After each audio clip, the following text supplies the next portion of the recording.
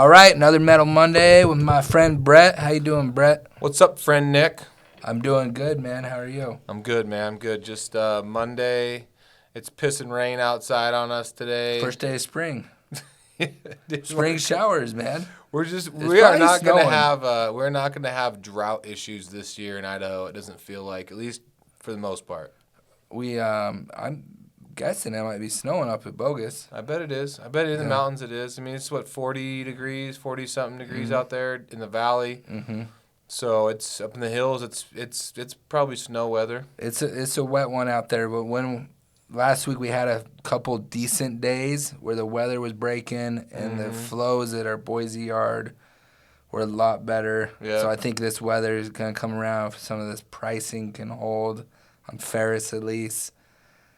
I think we could have. It feels like it's going to hold. I mean, the price of new steel, every time I turn around, they're raising the price of new steel. So if that's any indicator, which usually it's a fairly decent indicator, then I feel like, the price of scrap, iron, steel, ferrous, whatever you want to call it, is poised to at least have a strong April. So these mills must be selling their quotas, right? They must be pushing it out. Yeah, I think so. I mean, the lead times are stretching out, which is something that Chad Ellerbrock kind of showed me. Like, pay attention to lead times because that means it's pretty much guaranteed, like sales for the steel mills, right? So look what that is doing, and those lead times are stretching out, which means they've got sales for another.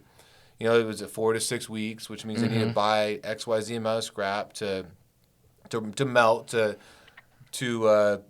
hit those lead times and be able to hit those deliveries, whether you're making cold rolled sheet or angle or beam or plate. I mean, every mill's different, and rebar is a lot of what's made over here in our neck of the woods. So we're not getting the strength in the pricing like on the busheling pricing or the some of the higher quality grades of material, the number one bundles.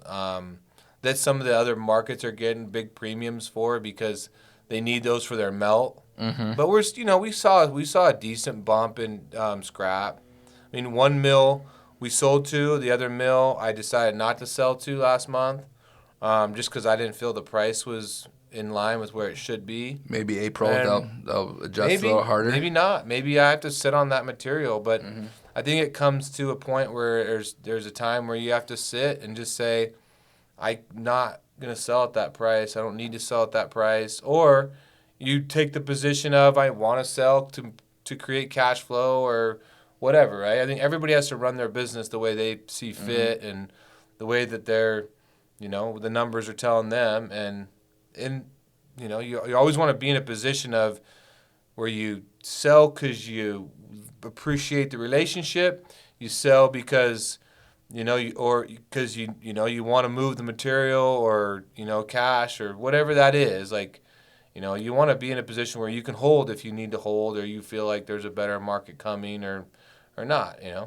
You say relationship. When you're having a relationship with a mill, is that what's the number one component that helps you develop a good relationship with people you're selling to? Is it honest price? Is it just them willing to work with if you have something funky in your load? It's a combination of all. I think it's a combination of everything. It's like, what is customer service? Well, it depends on the, what does the customer need? And like some customers, they want, consistency. Some customers want, the best deal. Some customers want, everybody's built different, right?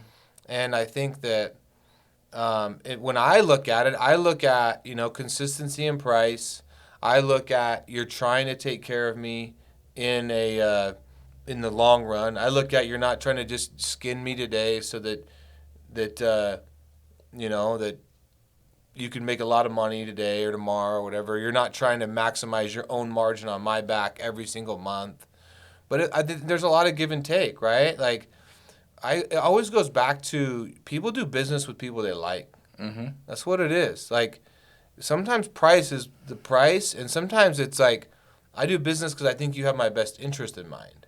And not just me personally, but my company, right? Like, if I feel like you as a company have my company's best interest in mind, which I know you have to make money. I'm not here to say that you shouldn't make money. But I'm saying do you have my company's best interest in mind? Do you want to see me in business a year, 2, 5, 10 from now? Or could you give two fat fucks less?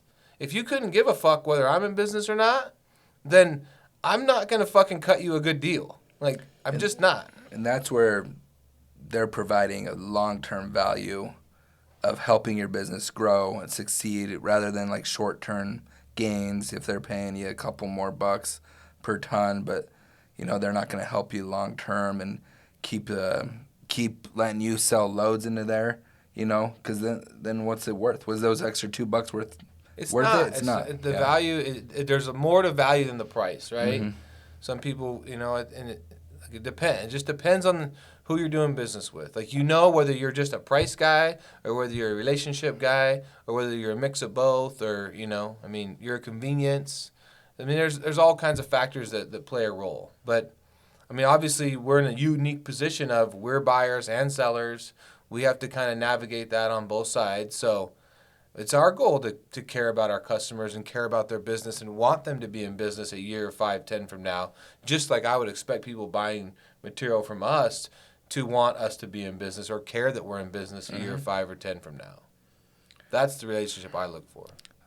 So a lot of green in the market today, but that could be misleading because there was a lot of red in the market last week. Yeah. You know, but copper is getting close to 4 again. Yeah, $3.95 this morning. We're close there. I mean, but we dipped to like 382 or something like that. Yeah. Last week, you know, which was a big dip. I mean, we lost 20, 30 cents in a matter of a week, you know. There's big economic changes, things happening right now in the world, and you can get caught up in it, and you can be, you know, in the middle of trying to understand it all, and that's a lot of what, you know, my job is to try and pick spots, pick opportunities for us. But the other thing is just one day at a time, control what you can control your pricing on the front end, the back end, control your expenses, control your costs, control all the shit you can control.